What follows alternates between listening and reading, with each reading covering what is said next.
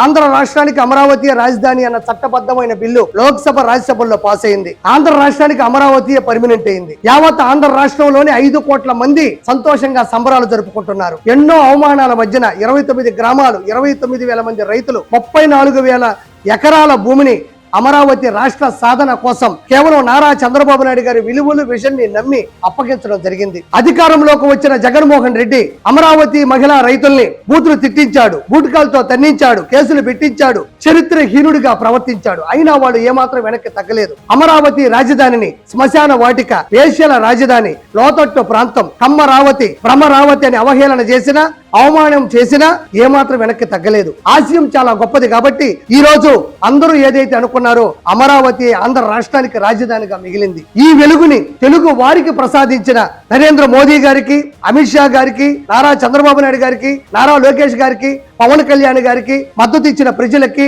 ఎకరాల భూమిని అందించిన అమరావతి రైతులకి, లోక్సభ రాజ్యసభలో ఉండేటువంటి ఎంపీలకి నేను నా శిరస్సు వంచి కృతజ్ఞతలు తెలియజేసుకుంటున్నాను. చెప్దాం జై అమరావతి, జై అమరావతి, జై అమరావతి.